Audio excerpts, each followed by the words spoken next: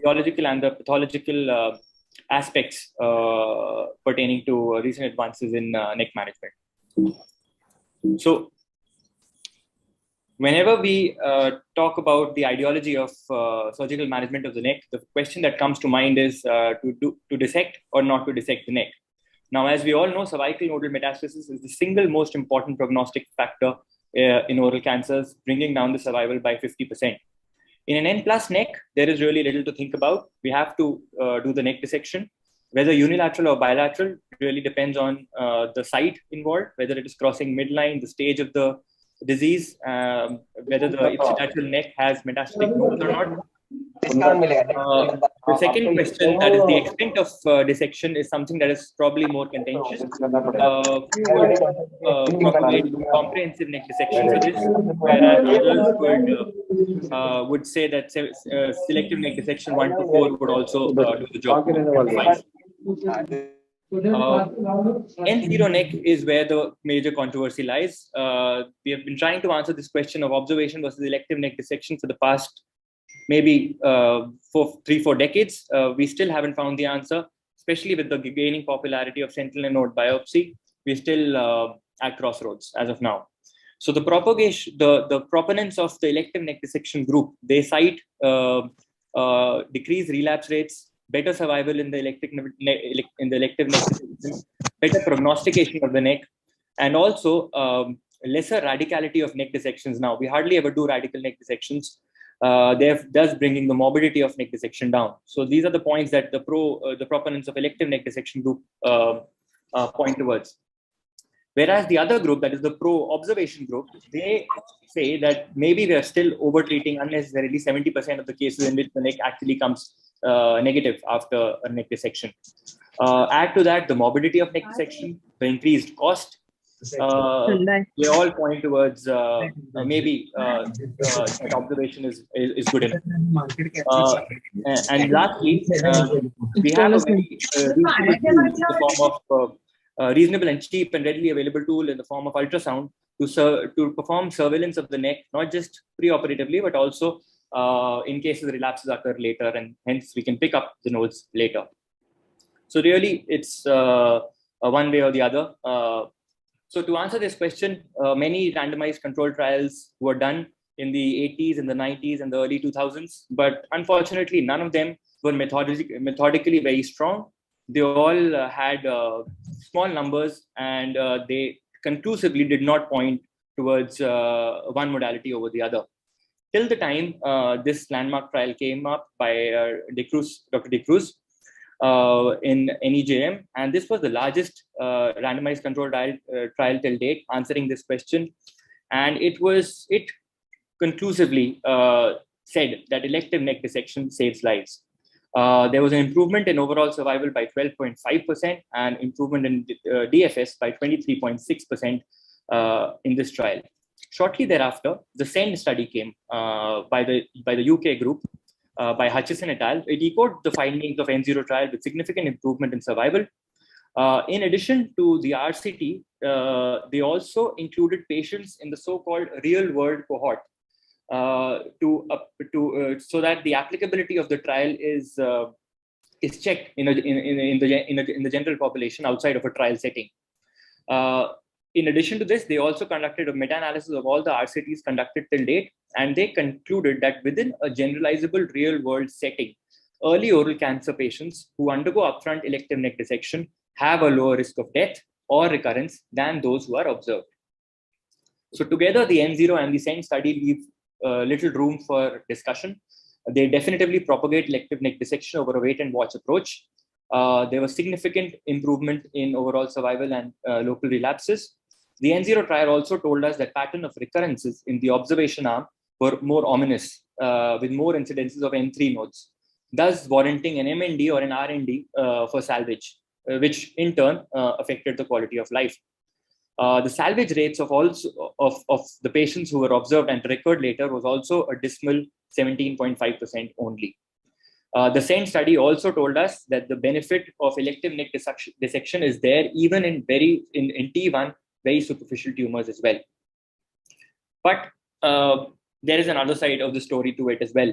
The critiques of this trial mentioned that there were a few problems with these trials as well. Ultrasound was used to evaluate the neck, which one may argue that is a subjective tool and there is inter-observer variability. Secondly, there was unequal adjuvant treatment that was given in the two arms in the N0 study. A larger proportion of patients in the elective neck dissection arm, because they were pathologically staged better, had more received radiation. A more number of patients received radiation in that arm, probably leading to treatment intensification and influencing survival. Another point was that even after elective neck dissection, a quarter of the patients still recurred in the neck, 30% of which were in the neck alone. So probably the false negative rate of a blanket elective neck dissection is also not zero. So this raised the question, rather the question of over-treatment of 70% of the cases who do not have nodal disease. This question was still lurking around amongst the head neck community. Then came sentinel node biopsy, which is not really a recent advancement. It has been around since the 1960s. It was popular in melanoma and breast. Recently gained popularity in head and neck as well.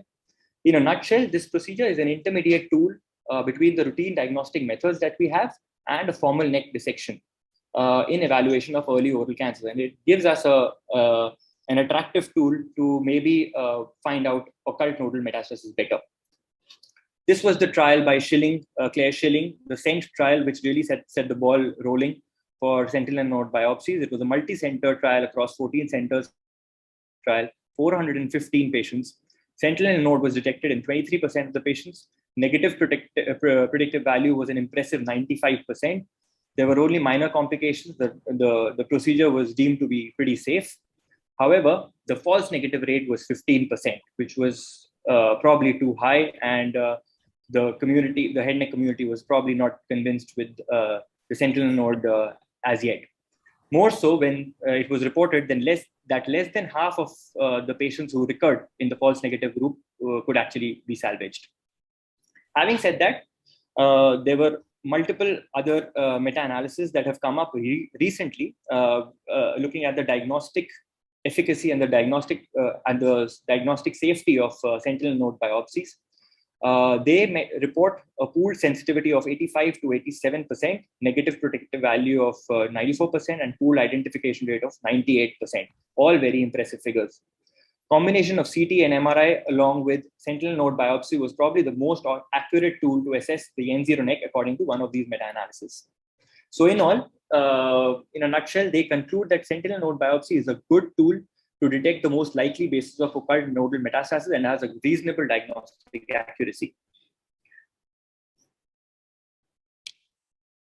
In addition to this, another advantage that the sentinel node biopsy provides us is identification of aberrant lymphatic pathways. In the SENT trial alone, aberrant contralateral or bilateral drainage was from well-lateralized lesions was seen in 12% of the study population, which would have definitely been missed had it not been for sentinel node biopsies. Another recent study by Den 2 et mentioned 16% contralateral neck metastasis. Another interesting finding in their study is that the level 4 and level 5 stations were the first echelon nodes in recurrent cases, thus raising the point of completion neck dissection in cases who have already undergone a supraomohyoid neck dissection before and have recurred. So we had evidence that diagnostic modality, sentinel node as a diagnostic modality is good. What was lacking was head-to-head comparisons with elective neck dissections. And this is what changed in 2020. We had two trials, one of them by, the first one by Garel et al., the French group, which had 279 patients. They included T1, T2 oral as well as oropharyngeal cancers. The standard neck dissection arm was compared with SNB navigated neck dissection arm. Their primary endpoint was neck recurrence-free survival at 2 years. They also looked at disease-specific survival, overall survival, shoulder function, and hospital stay length also as secondary endpoints. And they reported that the neck nodal recurrence-free survival was equivalent in the two arms, but the sentinel node biopsy arm had better function, better shoulder function. Similarly, not long after the first trial, the second randomized control trial by the Japanese group came up. It included T1, T2, N0 oral cavity patients only. They also excluded T1 tumors with depth of invasion less than 4 millimeters. It had a similar trial design, except that it was a non-inferiority trial. The primary endpoint was 3 years overall survival and not local recurrence-free survival. They also looked at neck functionality and disease-free survival as well. And they also concluded similar results, that survival outcomes were non-inferior in the sentinel node group, but with better functionality scores. So we have 2 trials which are conclusively saying that sentinel node biopsy is as good, but are they really practice changing? We need to dissect the methodology of these trials, and there were quite a few methodical flaws which needs to be taken into account before they're made practice changing. Both the trials had a non-inferiority margin of 12% and 10%, which is pretty high, and this remains the most important point of criticism of these trials. The French trial included oropharyngeal cancers as well. We now know that oropharynx behaves differently, especially the HPV group.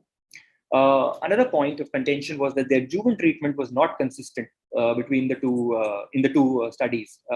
Probably the indications of adjuvant treatment were also debatable. Then there was the question of isolated tumor cells and micrometastasis. I'll be talking about that shortly. Both the trials mentioned that the functional scores were better in the sentinel node biopsy group. However, the analysis was done by comparing the sentinel node biopsy only group versus the elective neck dissection patients. A better analysis would have been comparing the patients who had sentinel node biopsy along with completion neck dissection, and then comparing that with elective neck dissection. What about micrometastasis and ITC? Are they really relevant? The short answer is we don't know.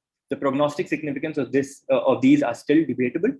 And this is highlighted by the fact that the 3 main sentinel node trials that we have till now also do not have a consensus on the outcome of or the prognostic significance of ITC. The Schilling trial and the Hasegawa trial, the Japanese trial, they considered ITC as PN plus and went on to do a completion neck dissection. However, the Garrel trial did not do so. In fact, in the Garrel trial, the 11 patients which did have ITC and did not undergo neck dissection did not have neck nodal recurrence at all.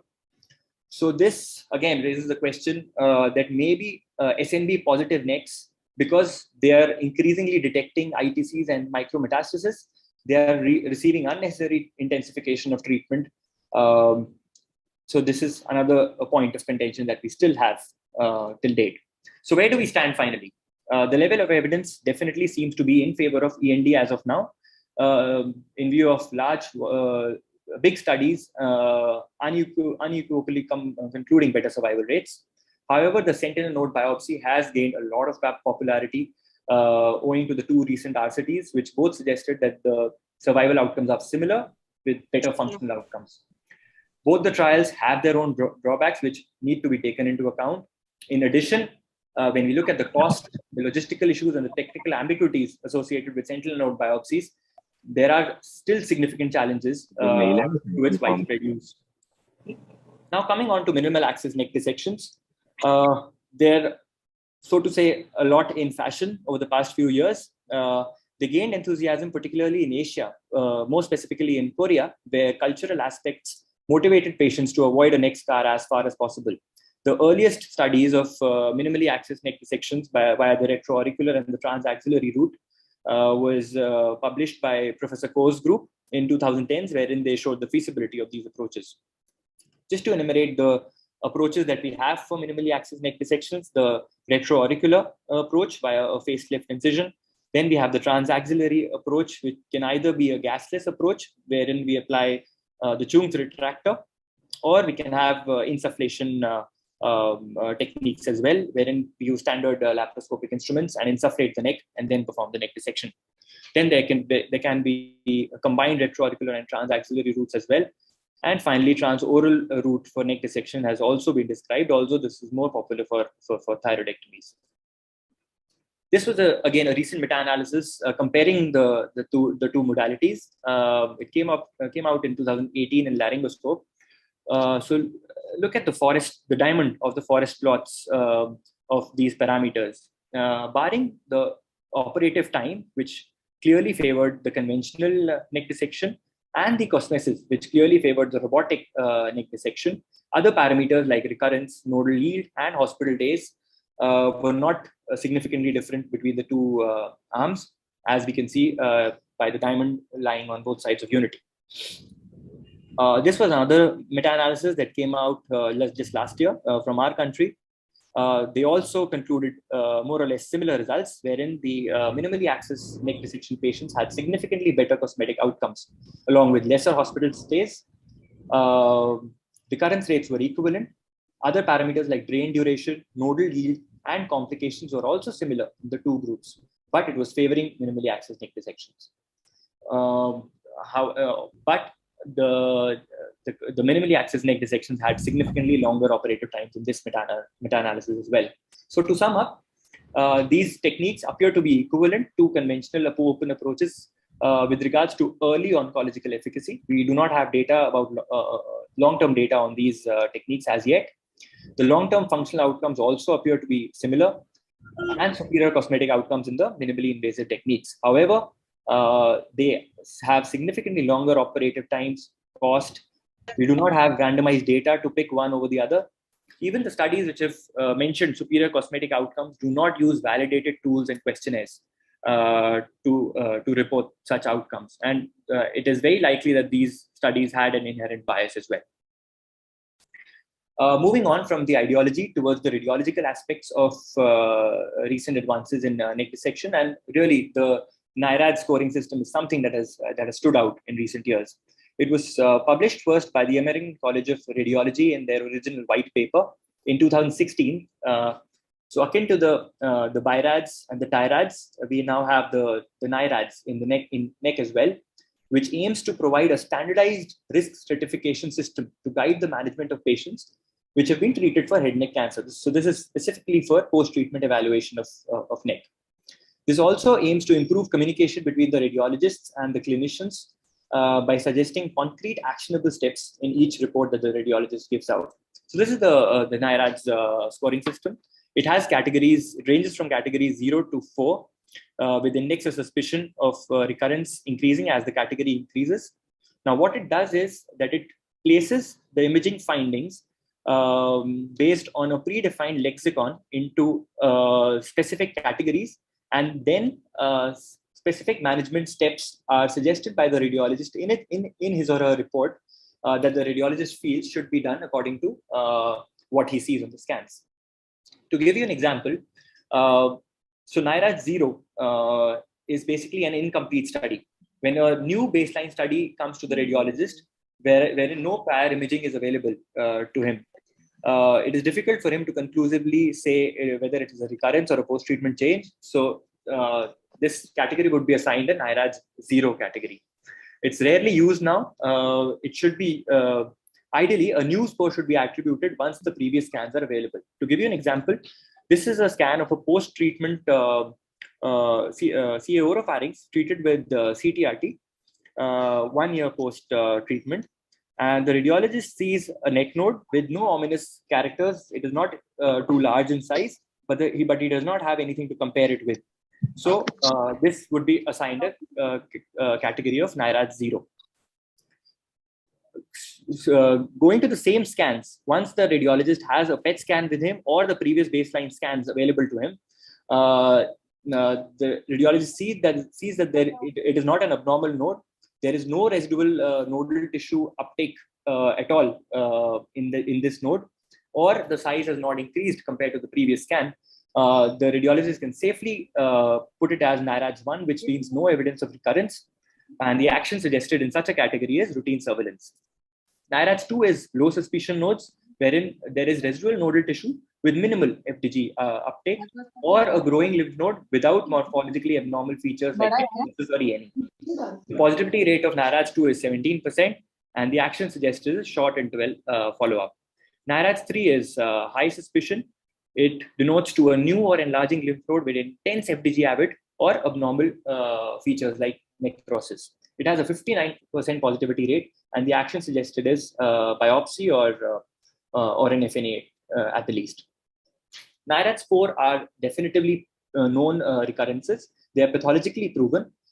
They are more or less used once the patient is on chemotherapy and the radiologist wants to assess the response to chemo by comparing it with the pre-chemo scans. So the action suggested in this category is clinical management based on what the radiologist sees and how the tumor has responded to treatment. Following the original white paper, there were multiple flurry of studies looking at the performance of NIRADs and the reproducibility of NIRADs, and almost all of these studies jointly report that there was good inter-reader reproducibility of this NIRAD scoring system in both the primary as well as NEC assessments. They were also reported a high positive predictive value of NIRADs 3 and a good negative predictive value of NIRADs 1 and NIRADs 2. So this scoring system really looks like something which is promising and could be used in a more widespread manner in the times to come. Finally, no talk on recent advances can really be complete till we talk about translational studies. Molecular markers predicting nodal metastasis is an area of research that has been going on since the past decade, probably even more than that. As we all know, tumor progression and metastasis is a multi-step process involving multiple genes and multiple genetic pathways. Few genetic targets that have been studied till now to have a potential role include ecatherins, integrins, MET oncogene, EGFR, etc. They are all involved in one or the other aspect of tumor progression, right from tumor proliferation to angiogenesis to evasion of senescence, etc.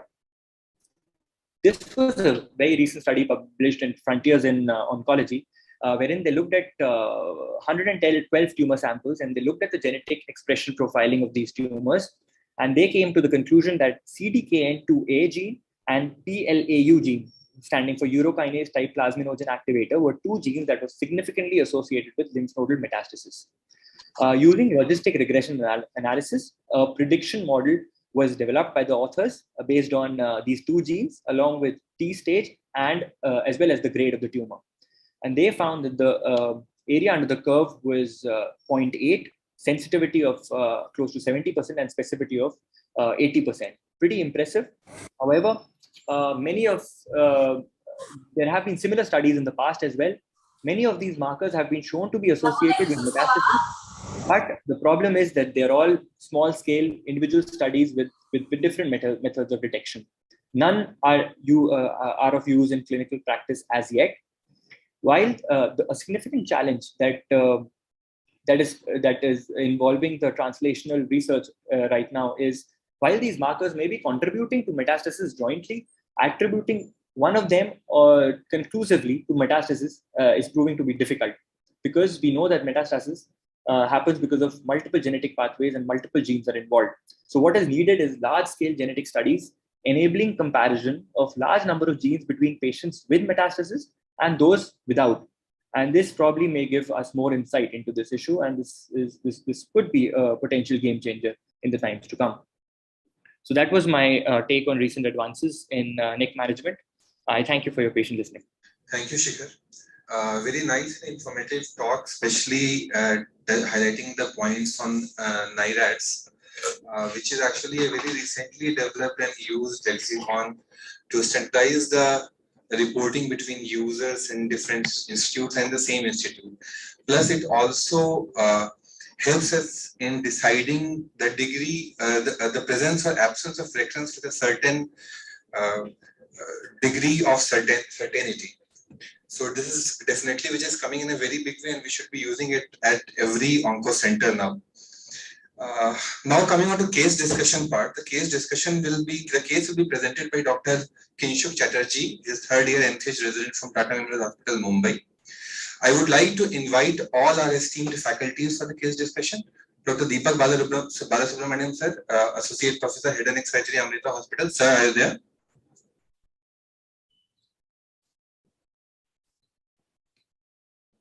Deepak sir? I'm here, Ravi. Dr. Sagar Vaishyapan, he could not come today because of some emergency case. Dr. Narayan Subramaniam, he is consultant and HOD, Head and Neck Oncology, Shankar Cancer Hospital, Bangalore. Dr. Narayan. Thank you. Dr. Kranti Kumar Gangeti, consultant head and neck surgery, Baswat Karathagam Cancer Hospital, Hyderabad. Dr. Kranti. Yeah, Ravi, I'm there. Hi. Thank you. And Dr. Shikhar Sani, again assistant professor, HPCH and Tata Memorial Center, Mullanpur, Punjab. Dr. Shikhar, please. Yeah, I'm there, Ravi. Okay, please start with the case discussion. Yes, sir. So starting off with the case presentation. So my patient is a 46-year-old male patient, a resident of Parel, Mumbai.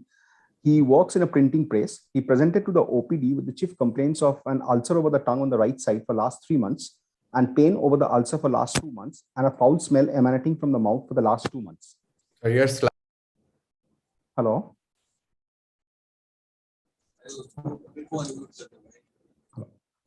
Coming on to the history of present illness, the patient was asymptomatic 3 months back when he noticed a small ulceration over the right side of the tongue, which was initially of the size of a peanut and gradually progressed in size to attain the present size. It is associated with pain over the ulcer, which is radiating to the right ear, which gets aggravated on chewing and gets relieved with painkillers. There is also history of excessive salivation present since last 2 months, and for the and there's also history of foul smell. Sorry, can you be a bit louder, please? I really can't hear you. Sorry, sir. And your slide isn't changing. You're not on full screen. You're still on the first slide. Excuse me. Sorry, sir. So this is my first slide, sir. Yeah, full screen, please. Yes, sir. Is it showing full screen, sir, right now? Not yet. Okay, sir. I have. I'll just stop sharing and then reshare, sir. Just a sec.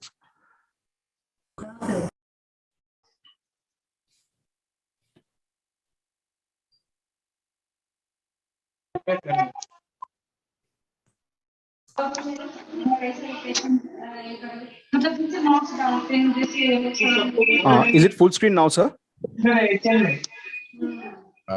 Still not. I think it's okay. Go ahead. Still on screen, but I think it's okay. Go ahead. Now, has the slide changed to the second slide, sir? Slide 2.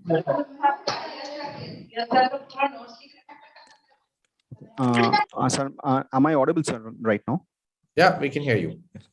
So my patient is a 46-year-old male patient, resident of Parel, Mumbai. He works in a printing press. He presented to the OPD with the chief complaints of an ulcer over the tongue on the right side for last 3 months, pain over the ulcer for last 2 months, and foul smell emanating from the mouth for the last 2 months. The patient was asymptomatic 3 months back when he noticed a small ulceration over the right side of the tongue, which was initially of the size of a peanut, gradually progressing in size to attain the present size, associated with pain over the ulcer radiating to the right ear, which gets aggravated on chewing and gets relieved with painkillers. There's also history of excessive salivation present since last 2 months and foul smell emanating from the there is associated history of inability to protrude the tongue and slurring of speech, which has developed over the course of illness. There is difficulty in chewing. The pain gets aggravated. There is no other ulcer elsewhere in the oral cavity. There is no history of loosening of any teeth, and there is no history of any swelling in the neck.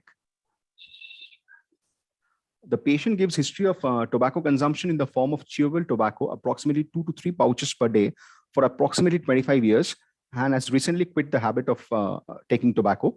And there's occasional history of alcohol intake, which according to the patient's history could not be quantifiable. There is no history of cough or hemoptysis.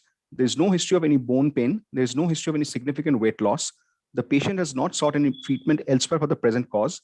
There is no family history of malignancy. There is history of dental capping done approximately 10 years back.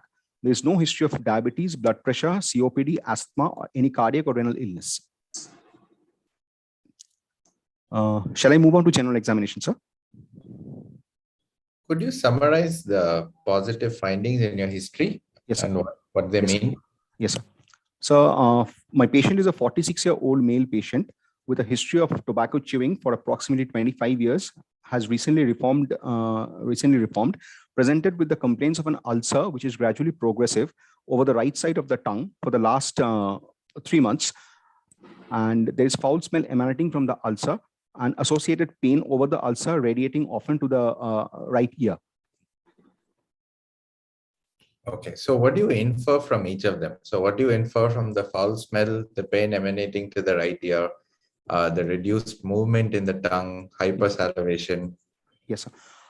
So hypersalivation is because of the constant irritation by the ulcer and the inability of the patient to swallow his own saliva. That is because of the restriction in the tongue movement. The restriction of the tongue movement can be explained by the fact that the lesion is an infiltrative one and has possibly infiltrated the extrinsic muscles of the tongue. And the foul smell is also because of pooling of saliva in the oral cavity because of inability by the patient to swallow his own saliva, and also some superadded bacterial infection. And the pain emanating to the ear, what do you think? So, sir, this is a referred otalgia. So, for lesions in the anterior tongue, the general sensation of the anterior tongue is via the lingual nerve, and the spatial sense is by the chorda tympani. So, for lesions which are infiltrative in nature and located in the anterior tongue, this the referred otalgia to the ear is carried via the lingual nerve, which forms the afferent limb, and the efferent is by the auriculotemporal branch of the cranial nerve 5. So this pain will be felt in front of the ear on the anterior aspect of the tympanic membrane and the external auditory canal. Good.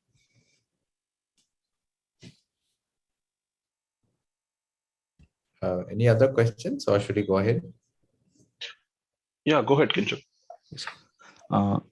So coming on to general examination, the patient is conscious, alert, cooperative, and well oriented to time, place, and person. He is of average build. ECOG status is 0. The vitals recorded are within normal limits. There is no pallor, icterus, cyanosis, clubbing, or edema, and there is no generalized lymphadenopathy. Coming on to the local examination of the oral cavity in the neck, his mouth opening is adequate. On inspection, the mouth opening is adequate. The approximate inter-incisor distance is around 3.5 centimeter. Oral hygiene is poor. The mandible is dented. There are no whitish bands noted over the buccal mucosa on either side. And an approximately 4 into 2.5 centimeter ulcerative lesion is noted over the right lateral border of tongue. The mucosa or the RMT looks free. Bilateral tonsils also look free. Coming on to palpation, the purpose of palpation was to confirm my inspectory findings and to get some additional points on it. There's an ulcerated growth approximately 4 into 2.5 centimeter involving the right lateral border of the tongue with the following extents. Anteriorly, it's 1 centimeter behind the tip of the tongue. Posteriorly, 1 centimeter behind the circumvallate papillae. The left base tongue is supple. Medially, the surrounding induration reaches till midline. Laterally, the floor of the mouth is free anteriorly, but the lesion abuts the floor posteriorly with less than 0.5 centimeter of supple mucosa between the lateral edge of the growth and the mandible. The RMT is free. The tonsillolingual sulcus is indurated, but bilateral tonsils are free. Coming on to examination of neck, there is no visible swelling in the neck. There is no visible scar, sinus, or fistula seen over the neck on either side. On palpation, there is no cervical lymphadenopathy. And the thyroid on palpation is, there's no nodule palpated in the thyroid. On systemic examination, the chest is clear. Normal vesicular breath sounds are auscultated. Bilateral air entry is equal. There's no added sounds. And the CVS and the CNS examinations are within normal limit.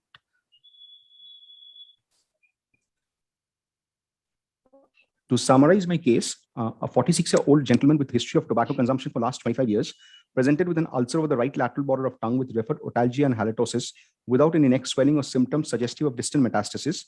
On examination, an approximately 4 into 2.5 centimeter ulcerated growth is noted over the right lateral border involving the right base tongue and abuts the lateral floor of the mouth with restricted tongue mobility and no cervical lymphadenopathy.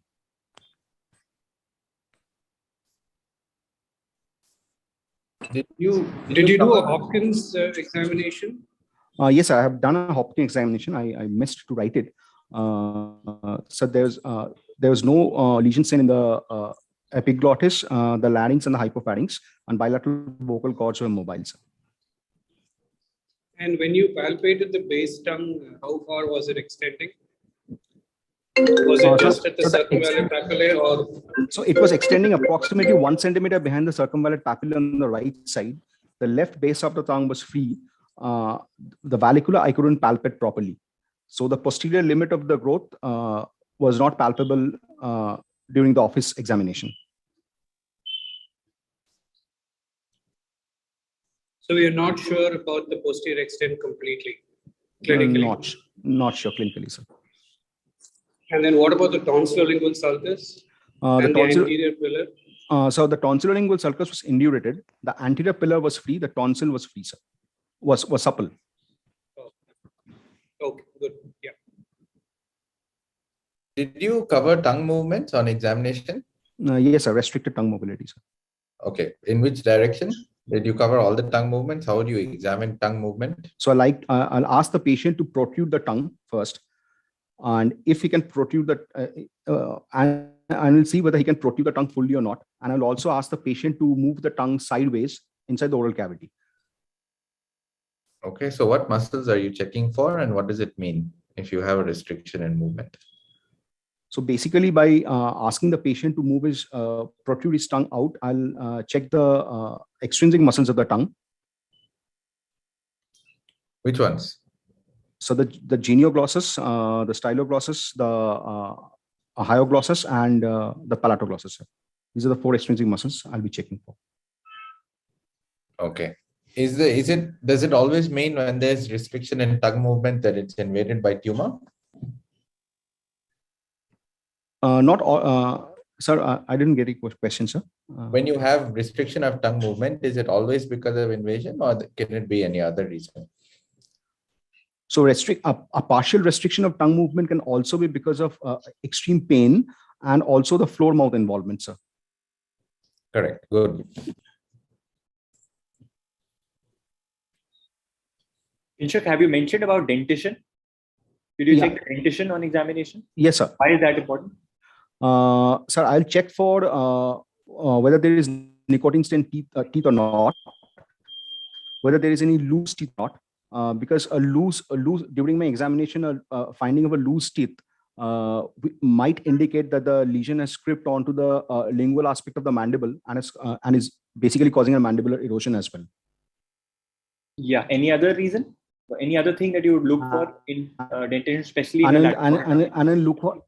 I'll look for if there is any sharp or jagged tooth, because that could lead to a traumatic ulcer, and which if that is left untreated might cause a mucosal change and a carcinoma in future.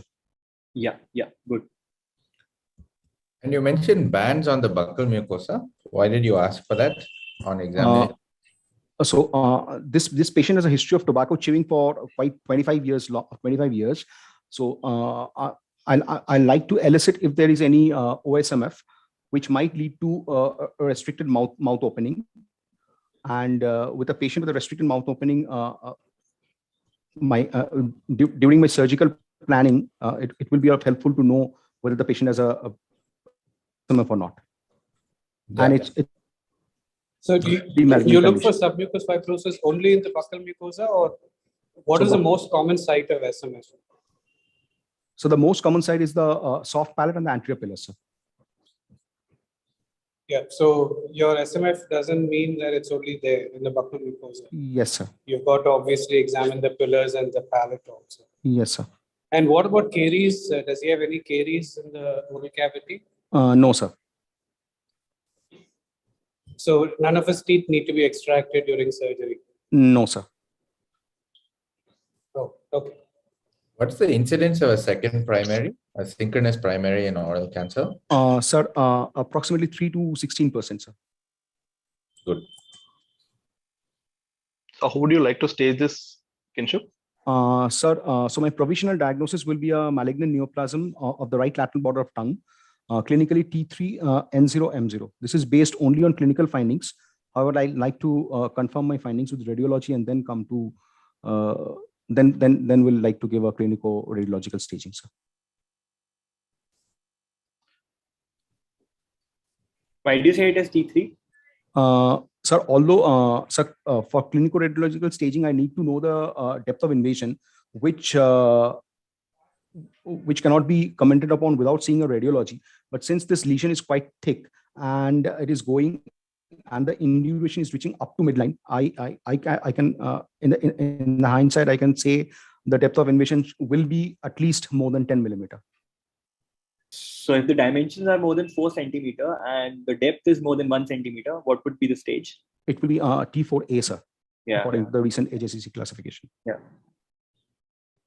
So you can't really say it is T3 or T4A because your dimensions are, I think, 4.5 centimeter. It's 4 into 2.5. Okay. Okay. Fine.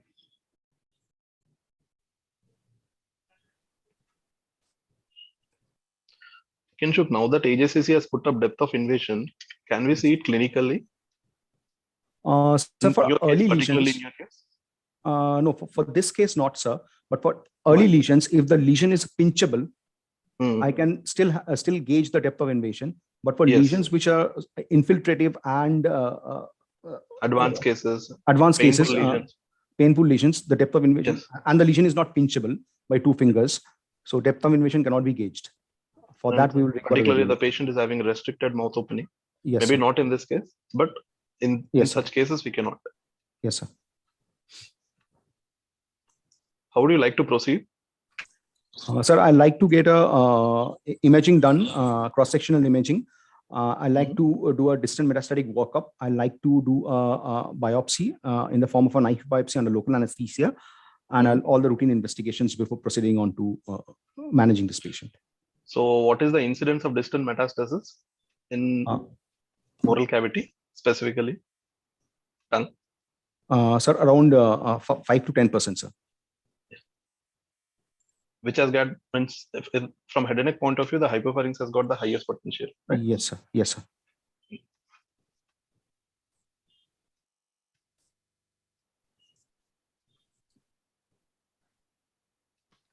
Yep, go ahead.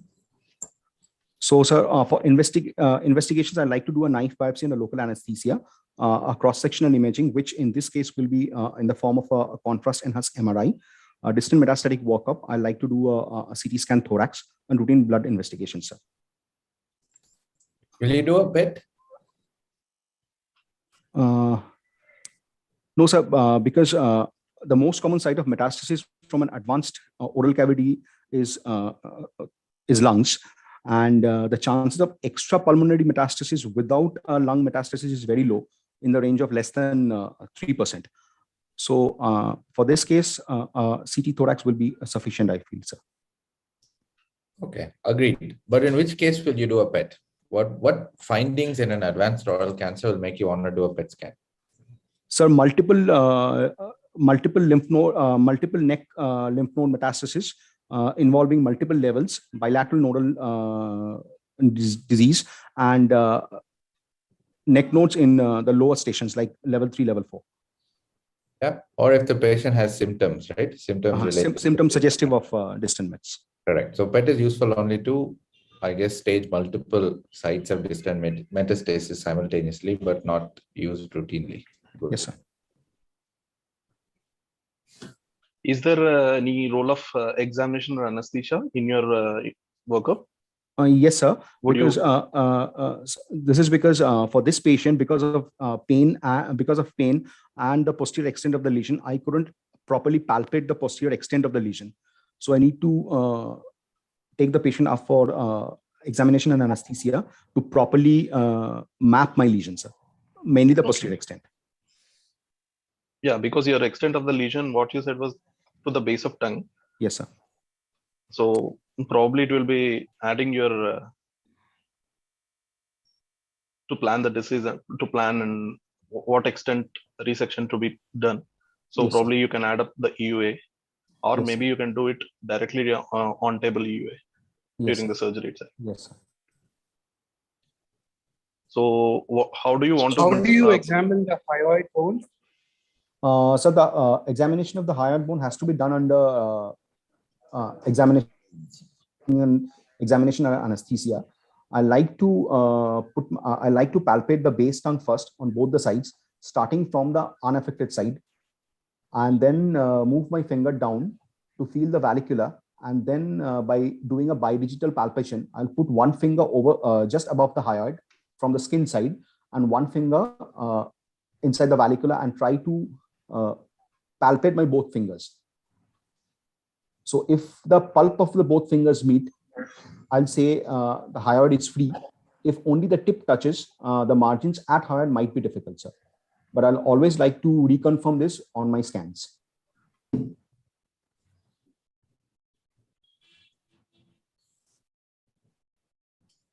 So in your scan for hyoid involvement, what are the other things that you see? What is the muscle that is relevant for hyoid examination? And is there anything else that you'd like to see? Sir, I like to see involvement of the geniohyoid muscle on scans in a sagittal section.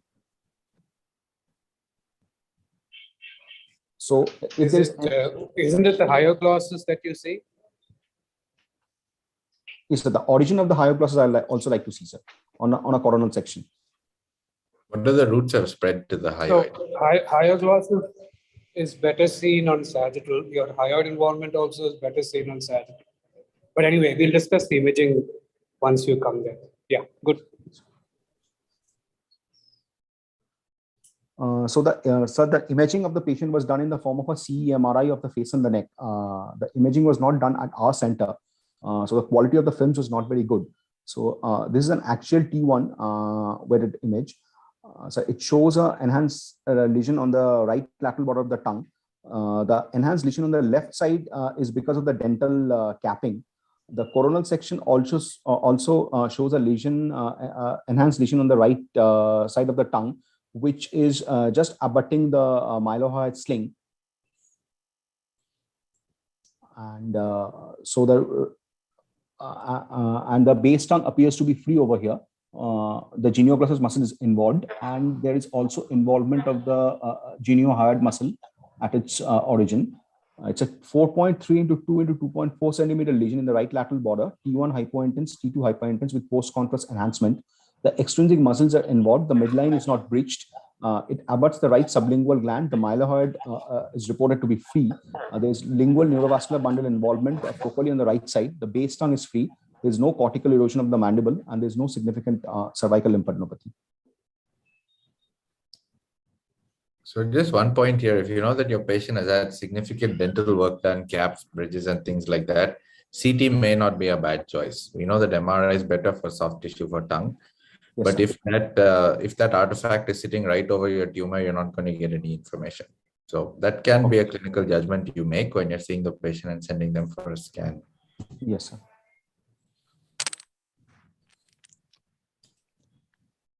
In good centers, they have metal reduction CT protocols now. Correct. But probably in this patient, you can always argue for a combination of CT and MR if the patient can afford. Okay, sir.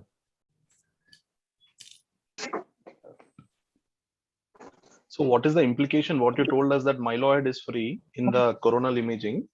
Does it have any implication, Kinshuk?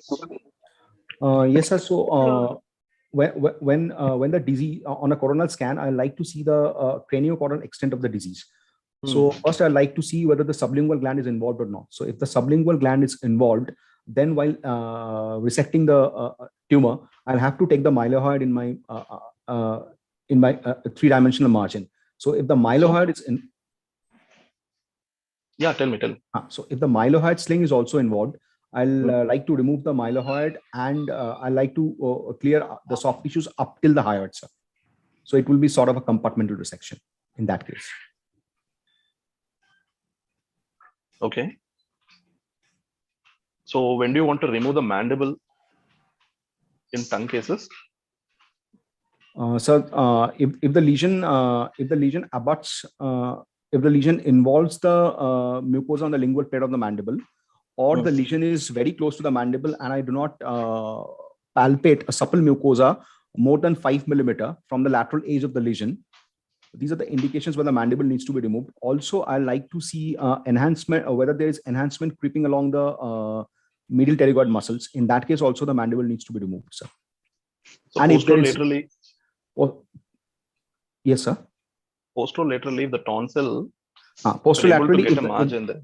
Yes, sir. Posterolaterally, if my TLS is only involved, but the tonsils are free, and there is no enhancement in the medial pterygoid muscle, I'll still can preserve the mandible. But if there is involvement of the anterior tonsillar pillars, the tonsil and the medial pterygoid muscle enhancement, I like to take the mandible en bloc with the specimen, sir. And also in the sagittal cuts, you need to look for the genioid tubercles. Yes, sir.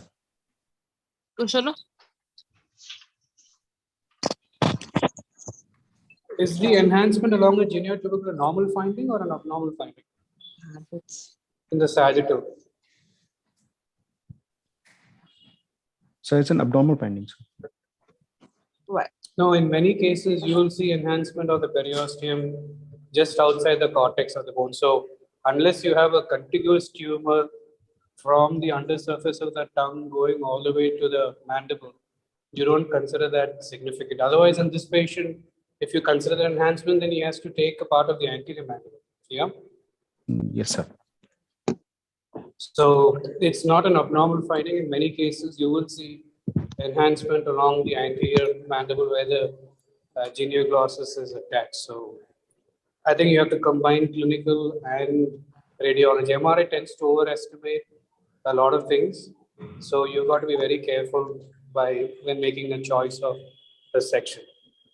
Okay, sir. Is medial pterygoid involvement common in tongue tumors? No. So for advanced tongue tumors, which is extending posterolaterally to involve the tonsillolingual sulcus and the tonsils, there might be involvement of the medial pterygoid muscles as well. Could be, but I would put that quite low down on the indications for doing a mandibulectomy. Okay, sir. Kinshuk, what do you mean by the lingual neurovascular bundle and what are the implications of its involvement? So the lingual neurovascular bundle is basically the lingual nerve and the lingual vein, which is located just lateral to the hyoglossus insertion at the tongue. So the involvement of the lingual neurovascular bundle can be classified into 4 types, type 1 to type 4. And the implication of a lingual neurovascular bundle involvement is perineural spread along the neurovascular structures, and this will lead to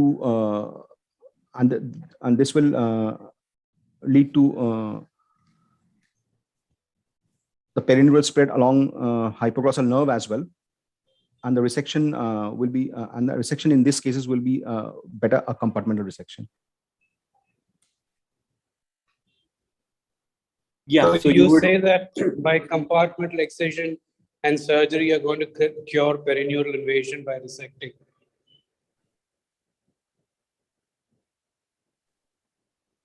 What is the characteristic feature of perineural invasion in head and neck?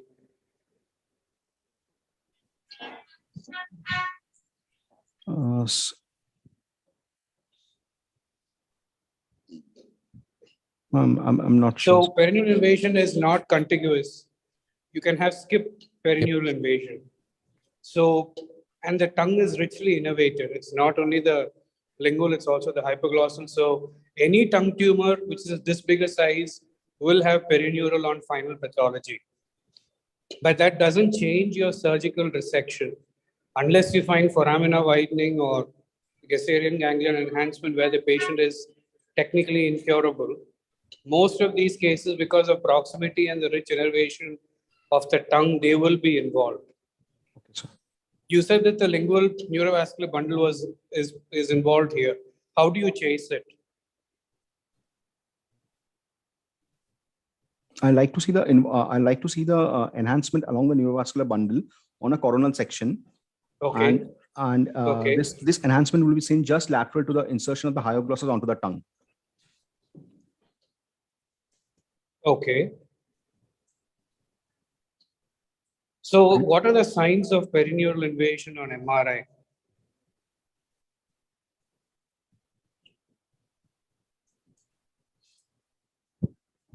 So enhancement along the neurovascular bundle and fuzzy planes with the surrounding structures.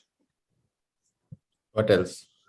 No, how do you see the nerve? You can't see the nerve. You can't see the lingual nerve just like that on MRI, can you? No, sir. So how do you know that the proximal lingual nerve is involved?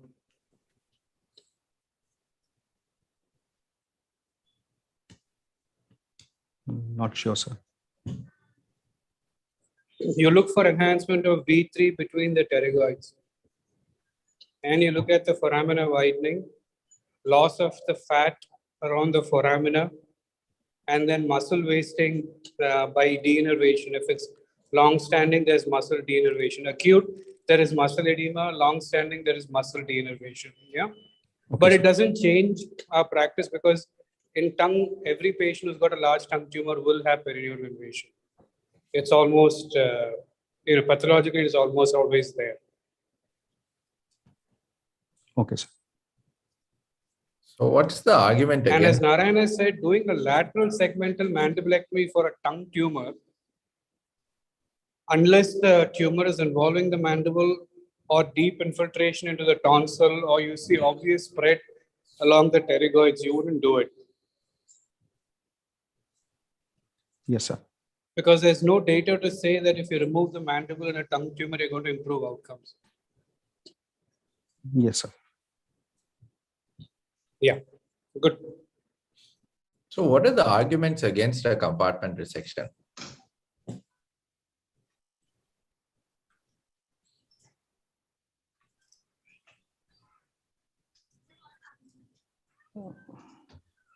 We might be straying a little bit. So we all know about Calabresi's paper. We know about the unusually high local control rates. Yes. But what was some of the arguments? What is some of the newer data that's come out that contests that data?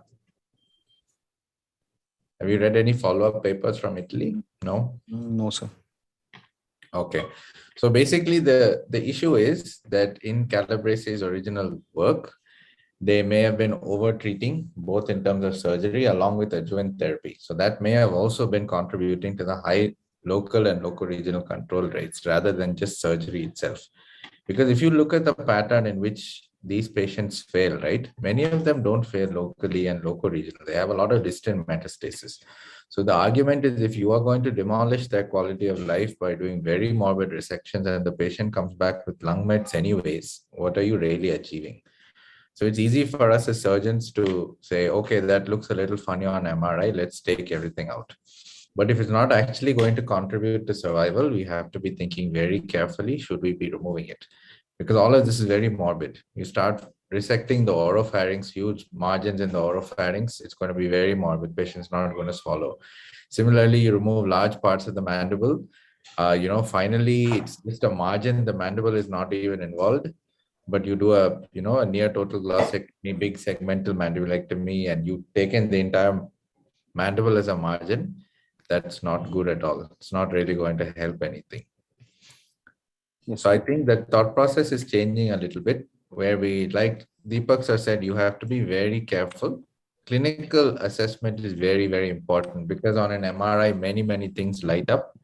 You have to be very careful. If something looks funny on an MRI, you go back on the patient, you see, you palpate the tumor, you make sure it's not overestimation. Because if you go only by the MRI, you'll end up having 2 centimeter margins. And rather than patting yourself on the back, the patient will be a cripple, both in terms of swallowing and speech.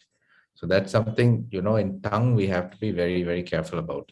Buccal, it's different. It's lateralized. The functional morbidity is less. Even if you do a big compartment resection, patients still swallow and speak.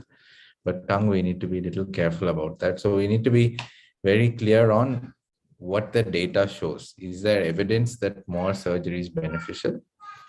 That's something that we have to be very, very sensitive about. Yes, sir. What is the other sequence of MRI that you'd like to use? In fact, I don't look at the T1 contrast as the first image. I always look at something else. What is a better sequence which takes into account the tumor contour, tumor edema, and all of those things? So the stir sequence, sir. Correct. So the stir sequence is probably better for anatomical contour of the tumor because it doesn't overestimate as the contrast image does. Very good.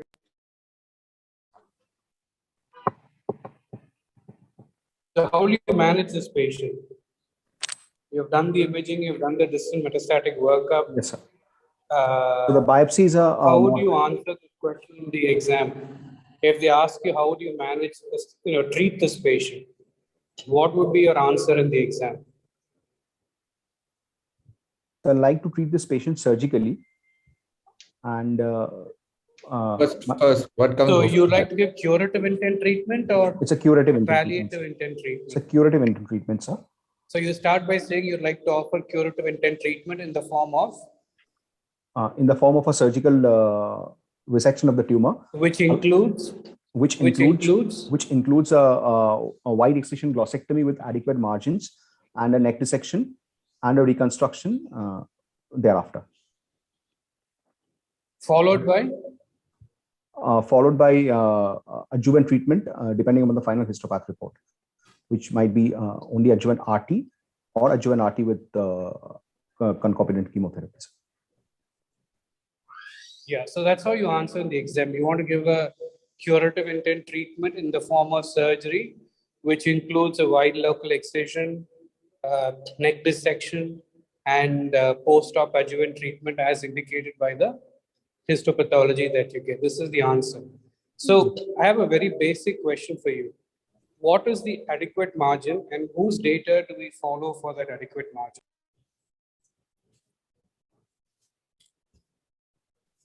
So the adequate margin will be 5 millimeter, at least 5 millimeter for to call it a clear margin. Gross microscopic? You have to say gross and pathologically. So that's gross margin should be aimed at 1 centimeter, and the microscopic will be 5 millimeter. okay. So whose data is that has that come from? So this was initially given Very by the, simple question. So this was initially given by the the cutoff of 5 millimeter microscopically as clear margin was initially given by the American College of Pathologists, and later there has been work from Zanoni. No, whose data did it come from? American College of Pathology gave a paper, that's all. But whose data did it come from?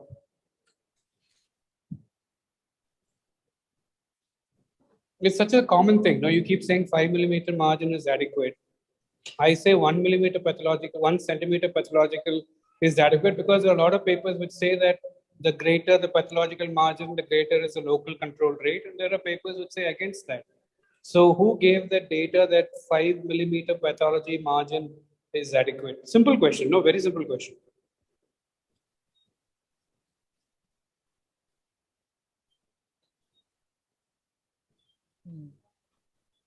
Sorry, sir, I don't remember, sir. I'm talking about oral cavity. We're not talking about other sites. I'm talking about Yes, tongue and buccal mucosa. So that's your lesson for today. You have to go find that out. Okay, so you're going to do all these. What is going to be your approach in this patient? What is your surgical approach in this patient? My surgical approach will be a visor incision with a pull-through approach, because my even with a full mouth opening, I'm not going to get the posterior margin without a pull-through. But if you do a pull-through, you're going to take the whole floor of mouth and de-innervate the entire floor of mouth. You said that you can, it's a lateralized tumor, no? Yes, if you sir. do a pull-through, you're going to take the whole tongue into the neck. So do you want to de-innervate the rest of the floor of mouth, or you understand my point? You're going to pull the whole tongue down into the Yes, sir. neck. Yes, sir. And then you've got to resuture the floor of mouth back to the gingiva. Yes, sir. Is it for a lateralized tumor, which is infiltrative? Is there any other approach that you can think of?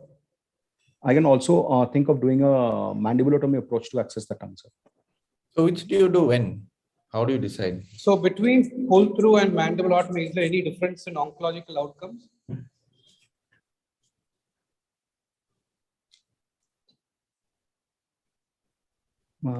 No, sir. There's no difference in oncological There was a outcomes. systematic review published on that.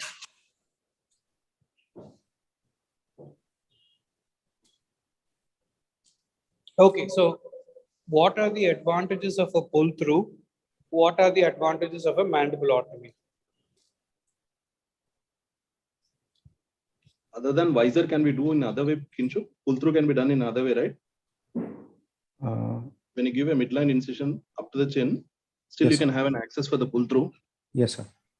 where you won't be disturbing the other side of the tongue, Yes, sir. and keep the floor of the mouth muscles of the opposite side Opposite intact. side intact. Yes, sir. So what is the implication of the floor of mouth muscles?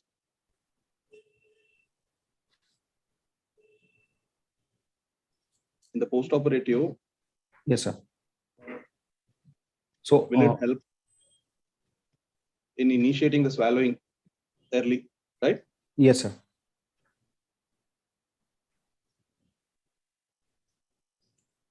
So think about it simply. What gives you best access to the entire tumor? Number one. Number two, what is least morbid? What is disrupting function? Between mandibulotomy approach and a pull-through approach, the least morbid will be the pull-through approach, because the mandibulotomy approach will involve cutting the mandible and again repositioning it with mini plates and screws. And No, I don't think that's the right answer. Mandibulotomy, if done well, is still a good mandibulotomy. Correct. A pull-through is actually very much more morbid than a mandibulotomy. Yeah, and then lip splitting for a tongue tumor is, I don't think, is acceptable, because you don't want to denervate the lip. Already his tongue is gone. You don't want to denervate his lip and make him orally incompetent, because once you elevate the lip from the mandible, all the muscles will go. So your answer should be, mandibulotomy versus a pull-through. Both are acceptable. I don't think one is better over the other. I do agree that in the mandibulotomy, you have to put hardware there and you have to fix the mandible again. But in a well-done center, it's a good option. It's just because you don't do mandibulotomy for tongue doesn't make it a bad surgery. Yeah. okay, sir.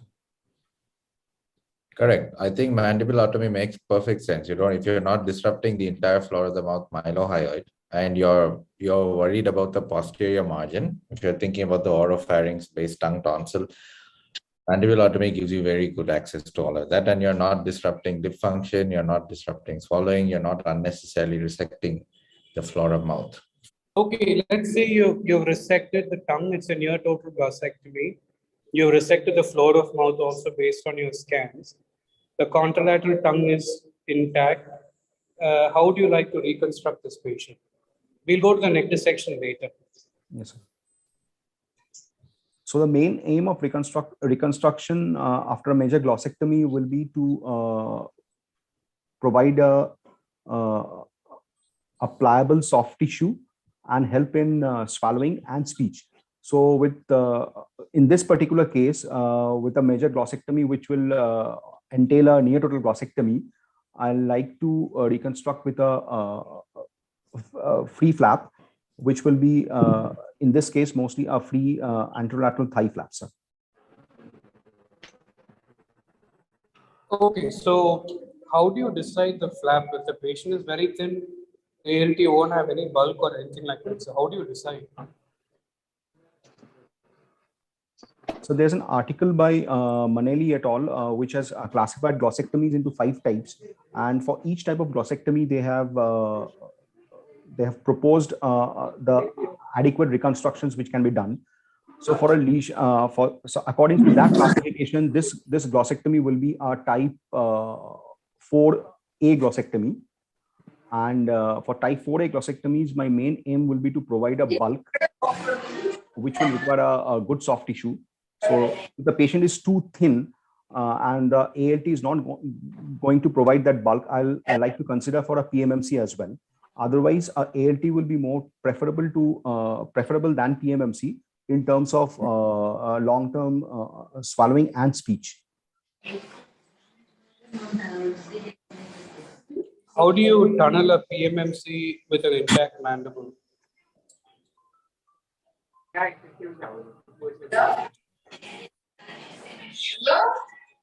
So when we are doing a pull-through approach after excision, the floor of the mouth is opened on that particular side. So the PMMC is harvested. I'll first like to take the posterior sutures at the RMT. Once that is being done, I like to do the posterior suturing with the intact base tongue of the opposite side, and then interdented stitches along the mandible, coming from posterior to anterior, unless the normal sided tongue is met, where the sutures will be with the normal residual tongue. So where do you get that much fat in the PMM? And what intercostal space tissue you have to include in your PMM? Usually it's the paramammary tissue, Yes, which sir. is rich in perforators. They will support the skin pattern. And this is a male patient, so there's no distortion of the breast. And you also make sure that your skin paddle is over the fifth intercostal space, because that's where the most dense perforators are. Yeah. Yes, sir. So you told me two choices, ALT and pec major. So, and what is the vascular supply of the pec major? Sir, ALT. ALT will be a theory question. If I set the paper for you, it will be a theory question. Basic flaps. Okay, what's the vascular supply of the pec major? Don't be nervous, Kinshuk. Yes, Go in and out, right? I think I'm your examiner this year, so you better be prepared. Sorry, sir. Sir, it will be the pectoral branch of the thoracoacromial artery, sir. Yes. Yep. Pectoral branch. What's the other blood supply? So the lateral thoracic artery will also a branch from the lateral thoracic artery will also be a blood supply, sir. Yep. Yeah, good. So thoracoacromial artery gives pectoral branches, and that's what you do. So if you want to preserve the bulk of the pec major, you know that post radiation, all these flaps will shrink in some time. You know, that's the biggest problem Yes, with these flaps, correct? Post radiation, they become a flat diaphragm in the oral cavity. You won't see any bulk left. So what are the special things that you will do that you won't do in any other case with the pec major? Think about it. What do you routinely do while raising the pec major? So while routinely we for this patient, I will not like to clip and divide the lateral thoracic nerve, sir. There's no lateral thoracic nerve. There's a medial and a lateral branch from the plexus. So one runs through the pec minor and then comes to the pec major. That is the medial branch. And there's one which runs along with the pedicle. That's a lateral branch. It changes position. Medial is lateral, lateral is medial. So normal circumstances, you want for a buccal mucosa, you would want it to shrink. So you divide the nerves. Yes, sir. But in tongue, you want to preserve the bulk. So you preserve the nerves. But the problem is each time the patient moves his arm, it's going to pull on the flap. That is something that you have to remember. Yes, sir. What can you do if the patient has a thin leg to improve the quality of the ALT if you want bulk? Anything you can do differently in the ALT if you want more bulk for a tongue reconstruction? Can you harvest muscle? What muscle? It's okay. Read ALT. Yes, sir. Yes, sir. If one thing is preserving the innervation of the muscle, either with the pec major or with the vastus, how else will you make the tongue protuberant? If you have a lot of suprahyoid dead space and if the floor of mouth has been harvested, what can you do? What do you routinely do at the end of the surgery, Kinshuk? Like in the tongue cases, Yes, sir. where when you do a total glossectomy or subtotal, Yes, at sir. the end of the procedure, what you usually follow, you try to take one stitch, right? Yes, sir. Why do you want to do this? No, sir. Sorry, sir. I am not getting the question actually, sir. No, at the end of the procedure, like always we try to do in the total glossectomies, one stitch like hyomandibular suspension. Yes, sir. So why do you want to do that? So that is because when we do a total glossectomy or subtotal glossectomy, we cut the muscles, the suprahyoid muscles. So so this hyomandibular stitch will. So when we cut the suprahyoid muscles, during swallowing, the hyoid is not elevated. So we like to take the. No, what does the stitch do? What does it do to the epiglottis? What does it prevent? It prevents aspiration by. Yes. It will help during swallowing. It will help the epiglottis to fall and cover the laryngeal inlet, sir. Correct. As long as the patient So has- what is the other surgery that you can do to make the laryngeal inlet narrower? So you can do an airy epiglotoplasty also, whereby you pull the epiglottis downwards towards the arytenoid and stitch them together, narrowing the laryngeal introitus. But what I wanted to ask you to keep it protuberant is that you have to recreate the floor of mouth also. So you recreate the oral diaphragm by stitching the muscle between mandible to mandible.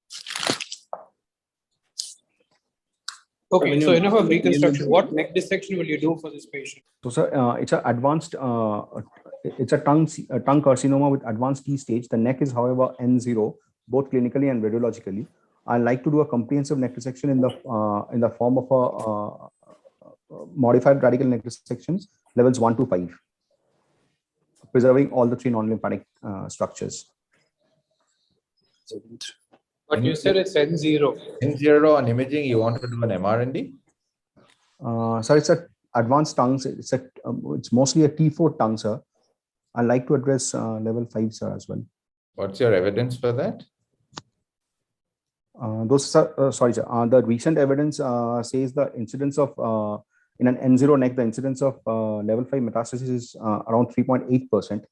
And sorry, sir. I rephrase my answer. I like to do a selective neck resection, and I like to send level 2A for frozen.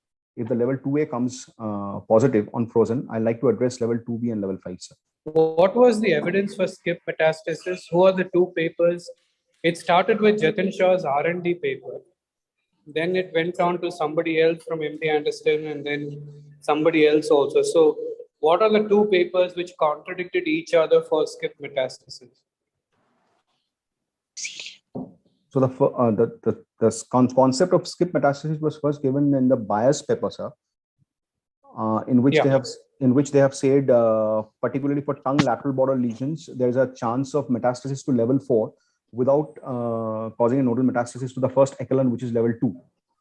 So this has been contradicted by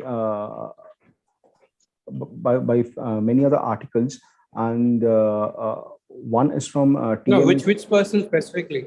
It came in Head and Neck, the journal Head and Neck. Dyers, have you read Dyers' paper?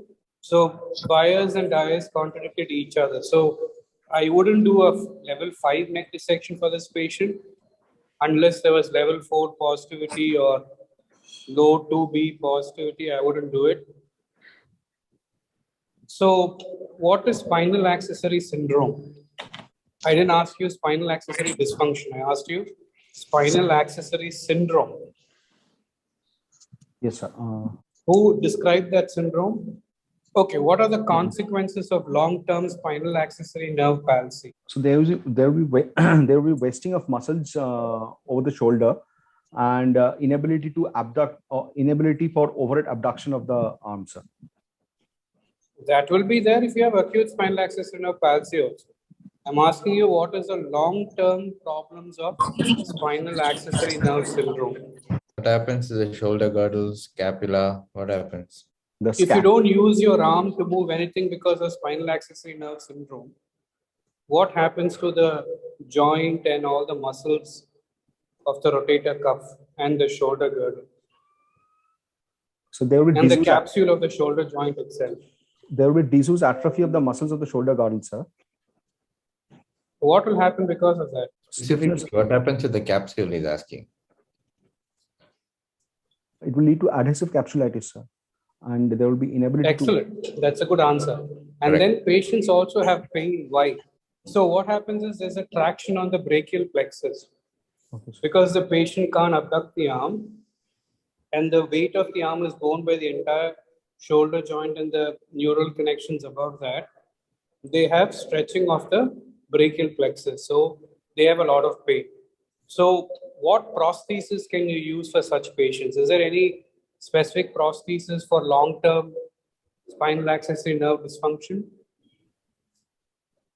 where you can support the arm and the shoulder and all? What's the name of that? Not heard of, sir. Sorry, sir. So there's an excellent article in eMedicine on spinal accessory nerve dysfunction. So it's Medscape, it's free.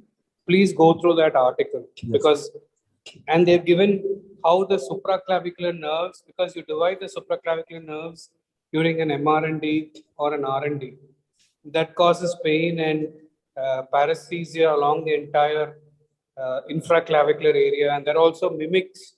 So there are some mimics to spinal accessory nerve dysfunction.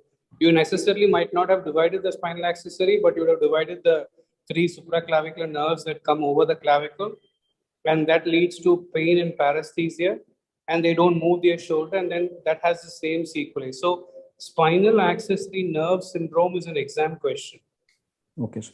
If you send me your email ID, I'll send you, because there's a trial that I'm doing with that. So I can send you the material for how you assess spinal accessory nerve dysfunction, what is EMG in spinal accessory nerve dysfunction, and how you assess that. Okay. Okay, sir. Then what else? Okay, so you have cut the marginal mandibular nerve during your neck dissection. What do you think are the sequelae for that? And what is the neural hammock of the marginal mandibular nerve? What muscle does it supply? Go systematically. So it supplies the orbicularis oris, sir. Which part? No. No. What is Orbicularis DAO? oris is a combination of muscles. What specific muscle does it supply? It supplies a depressor anguli oris, sir. Yep. Correct. So what will happen if you denervate that nerve? So the depressor anguli oris of that particular side will not work. So when the patient tries to smile or the lip in that side. No, have you seen a marginal mandibular nerve palsy patient? What happens to that side of the lip? What are the two things that happen to that side of that lip? So while we ask the patient to smile, that particular side of the lip won't depress as compared to the other side. Correct. So what happens to that lip? Have you seen a long-term marginal mandibular paralysis patient? How is that lip? Is it bulky? Is it thinned out? Is it wasted? That is thinned out, sir. That particular side is thinned out. Is thinned out. So they can't pout, they can't evert the lip, and there is oral incompetence there. Correct? Yes, sir. So the patient comes back to you and says, I want correction of this defect. How do you do it? And what is the other thing that can cause the same picture? Let's say you preserve the marginal mandibular nerve, but still the patient has problems with everting the lip and all those things. What is the other muscle that has caused this problem? The platysma. Because the platysma also interdigitates and goes up to the lip. So if you have denervated the platysma also, the patients might have similar complaints to that of the lip. Yeah.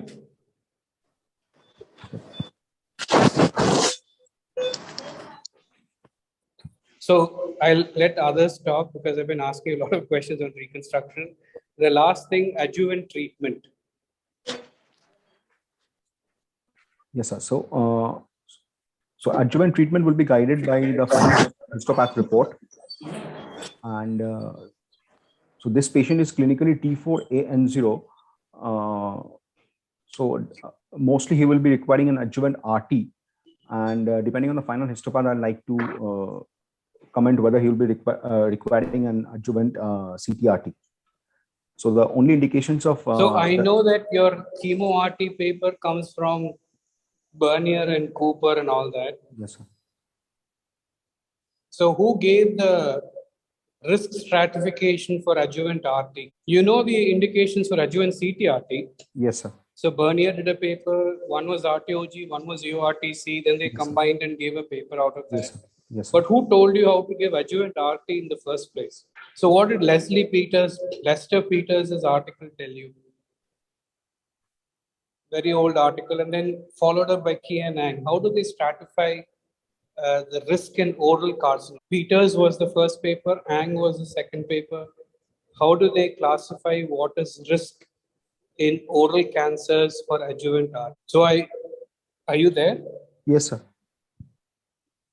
I suggest you read Harrison once when you have the time. Yes, sir. Okay, how will you prognosticate this patient and how will you follow them up? Any role for baseline imaging post-treatment? So the follow-up protocol that is followed in our institute is after completion of adjuvant treatment, I'll first like to see the patient at 3 months, and it will be 3 monthly for the first 2 years, followed by 6 monthly for the next 3 years and yearly thereafter. And I like to get a basic imaging after 3 months, which will serve as a baseline for further for follow-up protocols. Do you know what the different guidelines are for baseline imaging? What are the British That's a guidelines? very important question. British one? That's a very important question. Because they don't all agree, right? And what's the prognosis of this patient? So after radiotherapy, patient comes back to you, family comes back to you. What is the prognosis? What is the survival at 5 years? And adding on to that, what are the tools for prognostication? HPR doesn't give prognostication. What are the tools for prognostication? So one thing is you should know the 5-year survival for these patients. The 5-year disease-specific survival for a T4 tongue after completion of adjuvant RT will be in the range of around 30 to 35%, sir. This is disease-specific survival, sir. Whose data is that? T4N0, 35%. This was. He asked you not DFS, he asked you OS. There's a lot of difference between the two. So what Deepak was asking was nomograms. Do you know any way to personalize that prognostication? Any nomograms you heard of, any you read about in oral cancer? Because the stages are very broad, right? Stage 1, 2, 3, 4. Stage 4 can be T4N0, it can be T2N2C, it can be T4N3B, right? So we have a lot of difficulty trying to prognosticate patients. So any nomograms you know of? Okay, and how will you rehabilitate? Any histopathological thing do you know of? Brandwein, Gensler, or AFP prognostication? Do you know any of those things? Yes, sir. Sir, the worst pattern of invasion. No, just tell me what Brandwein, Gensler, the subgroups are and how it was useful to prognosticate. Like Narayana said, one is nomograms that's coming up in a big way, and it's very popular for other sites. We are trying to develop it for head and neck. So, is there any other technique? Is there any other hematological technique that you know of? What are the hematological markers? What are the ratios that people have looked at for prognosticating? There's some papers from TMH also, no? Yeah, neutrophil lymphocyte ratio, platelet this ratio, that ratio. I'm not giving you the entire answer, but do you know of any hematological ways to prognosticate your patient? It's cheap, it's simple. You have baseline data as pre-op data from your investigations. Do you know of any hematological systems that are available? And like Narayana said, there's a paper from Tata also. My last question, what are your rehabilitation goals for this patient? So you discharged him maybe with a tracheostomy and Ryle's tube /PEG at 10 days. He's okay, everything's fine. What are your rehabilitation goals? So I like to start an oral feeding for this patient as early as possible. So the average time for removal of tract tube is around 7 to 8 days, and for NGT is around 10 days. And I like to avail the services of the speech swallow therapists and see whether the patient is aspirating while taking liquids. And if he is not, then I like to start off with liquid diet on day 10 and semi-solid and soft diet thereafter, sir. How do you assess that aspiration? So, so this is by penetration aspiration score, sir. Mm-hmm. So, so I like to do at bedside. I can do a modified water swallow test. Okay. By giving 100 ml of water to drink and see the whether there's elevation of the larynx or not, and whether the patient is coughing immediately after taking the water. And objectively, I can do a feast to see whether the patient is aspirating or not. So bedside water test, how will you know if the patient's aspirating? This bedside water test was never meant for head and neck. It was meant for stroke patients, actually. So our patients, there's a bedside aspiration is one, silent aspiration is the other, different consistency is another problem. So basically, how would you assess patient being fit to be taken off the tube? So what do you want to remove first, whether it is a tracheostomy tube or a feeding tube? The tracheostomy tube first, sir. What was the indication? Like, why do you want to do the tracheostomy in these cases?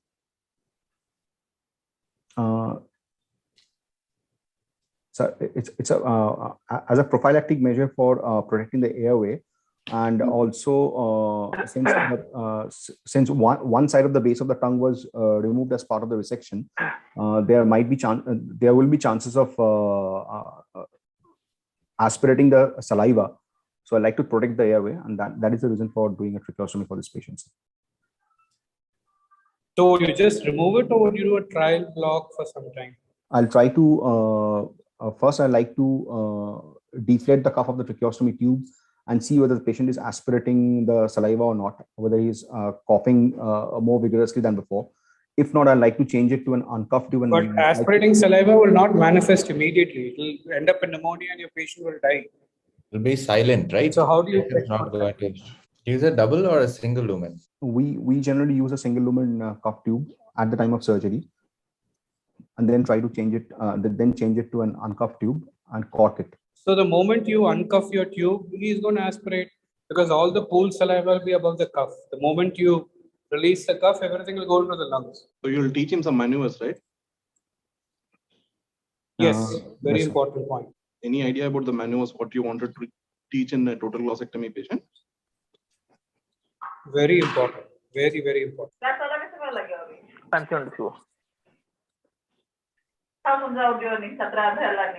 No, there are many maneuvers, supraglottic, supraglottic, and Mendelssohn. There's so many maneuvers. What would you treat? What will you teach? So can you rate this aspect? Like, what are the rehabilitation aspects? Yes, sir. And what are the maneuvers that you try? Like in this patient, the patient will be losing what sort of the swallowing phase? Pharyngeal? Yes, sir. So oral phase, right? Yes, sir. So when each of it is lost, so what are the maneuvers which we will try to teach the patients in the post-operative period? Okay. Okay, sir. You have to know this. These surgeries we do are very morbid. So unless we personally take interest in rehabilitation, so not only the surgery, the quality of life is the most important thing which we need to see, especially in the total glossectomy or subtotal glossectomy patients. So the early rehabilitation is the key. Yes. If the patient is not swallowing and decannulated before radiotherapy, their recovery is very, very slow. No, before radiation, if you're not able to remove the tubes, then it is very difficult for the patient to come out of the tubes. So most of the times they become tube dependent. So post-surgery, our main motto should be as early as possible. We have to rehabilitate the patient, make him swallow, remove the tubes as early as possible, so that the quality of life has to be maintained. This is the most important aspect of any total glossectomy patient. Okay, sir. Otherwise, even closing the tracheostomy becomes difficult. The tracheostomy will be in the radiation field. Even closing it becomes difficult. If you keep suturing it, it will keep popping open. Should we take any questions in the chat box? So in the long term, what is better, nasogastric or PEG? What's the evidence for and against? And do you know of any review that has been done on this subject? No, I haven't read off, sir. So what is the advantage of nasogastric tube? And what is the advantage of PEG? Simple. Think logically. And what is the paper from North America stating about prophylactic swallowing exercises? It may not be in this context, but for oropharynx and supraglottis, what would you, how would you counsel the patient pre-op about their swallowing status? Because you got to tell them that it will be quite some time till the oral phase is rehabilitated. You will have chewing, but you won't have propulsion because the tongue might not touch the palate. So you might not have propulsion. There might be false feeds or superseded feeds where there might be some residue left in the oral cavity after the initial swallow, and this residue will drip down into the larynx, because even radiation, if you have mucositis, patient will not have any supraglottic sensations whatsoever, and he will continue to aspirate. So the primary question is like how, whether you remove the Rein's tube first or the tracheostomy first, considering that this patient is going to receive full blast radiation. So you're there, Kincho? Yes, sir. So all these aspects you need to read for the exam, Kincho, Yes, sir. especially the rehabilitation and Okay, sir. other than that reconstruction part. Okay, Okay, sir. good. It was a nice presentation. Good job. Well done. I think it's 7:20. I think we are beyond our time. So will the convener come and give some closing remarks? Yes, sir. Thank you so much for your time for this, taking out your time for this class. It is very important to understand the importance of rehabilitation while dealing with head and neck and oral malignancies. Not only for the exam purpose, but also in our routine clinical practice. And until we take a very keen interest in it, it is very difficult to get into the real rehabilitation practice. So a very well taken point from the discussion today. Sir, I would like to invite you for some closing remarks on the presentation presentation by Dr. Kinshuk, all three of you, Dr. Deepak, Dr. Narayan, and Dr. Kranti, before we proceed to close the session. I was happy the way he presented. He got his clinical findings correct. He got his radiological findings correct and his treatment correct. There's always something to learn about reconstruction rehabilitation. And just put some effort into that. Speak to your plastic surgeon, speak to your swallowing therapist. Because at the end of the day, when you're practicing, everybody will come on your head. Every little complaint will be given to you. So you've got to realize that. And I hope to see all of you in Tata as an examiner in a couple of months. Thank you so much for this opportunity and very well done. All the best. One more thing, there's one question in the chat box when we were discussing about mandibulectomy. So the question is that when the disease is present in the paramandibular region, in the soft tissue, do we go ahead with mandibulectomy or not? Anyone? Deepak sir, or Dr. Narayan, Dr. Kranti, anyone? Yes, I think traditionally, if there's paramandibular space invasion, you're supposed to take the mandible. You're not quite sure whether it contributes to improved oncological outcomes. So I guess you have to look, it has to be a decision that, at least for me personally, my opinion, you have to take that decision on a case-by-case basis. You need to see whether that paramandibular space involvement is focal or not. It's a hard question to answer. I think it's still a little doubtful. So I wouldn't be very happy taking a large segment of mandible as a margin, as I mentioned earlier. Probably if it was very close to the mandible, I'd see where it's close to the mandible and try to get away with as little surgery as possible if I was taking the mandible as a margin and not because the tumor was involving the bone. Great point. I agree with Narayana because resecting the tongue and the mandible will make the patient a total cripple because he will have malocclusion. Even the oral phase, whatever little is remaining out of that, the chewing, mastication, everything is a problem. And there's no grading for paramandibular spread as yet. We don't know what is the least and what is the most. So we don't really have any clear idea on that. But if you're doing a glossectomy, I would try my best to preserve the mandible. But if the glossectomy does involve removing the mandible, I would do a bone flap because I don't want to make the patient a total oral cripple where he can't chew. Putting a soft tissue ALT that way is not going to rehabilitate a patient in any way. So I would, if the patient has tongue and mandible taken out, I would put a bone flap there and somehow try to reconstruct the tongue also in the same surgery. But it's a very crippling thing. Doing a total glossectomy and laryngectomy is far less crippling than doing a glossectomy with a mandibulectomy. So I would try to preserve the mandible as much as possible or reconstruct the mandible without any doubts. Never put an ALT for a segmental glossectomy because the patient will never swallow again in his life. Dr. Kranti, would you like to comment? As discussed earlier, most of the times the mandible is not involved. The periosteum in the total glossectomy cases, the mandible periosteum per se, if you see it pathologically, most of the times the report will be negative. But still for the paramandibular component, when you see the mylohyoid line, if it is breached through and through, yes, I would definitely considered to do a segmental mandibulectomy in these. So I think what we understand here is that in cases where there is mylohyoid breach, so that we don't get an adequate margin inferiorly to do a marginal mandibulectomy, we can go ahead with segmental mandibulectomy. But if done in such scenarios, we should definitely reconstruct with a bony flap.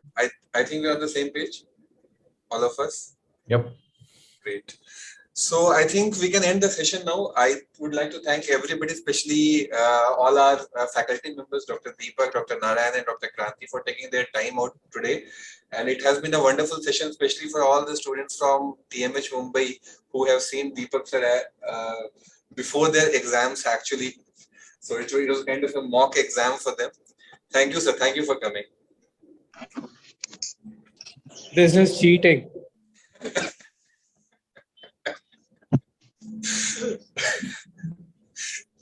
I agree, sir. It's absolutely cheating. Okay, he has enough questions Thank to you, ask you that weren't there. Thank you, sir. Thank Narayana knows. He has enough questions, don't worry. Agreed. I have spent some time with Deepak, sir. I know he has enough questions in his armamentarium. Thank you everyone for Thank you coming. so Thank much you. for this opportunity. It was really great. Thank you. It was really Thank you. great. Narayana, Kranti, very good to meet you guys again. Thanks, sir. Thank you. Thank you, sir. Thank you. Yeah. Take care, all of you. Sure. Thank you. Yeah. Thank you.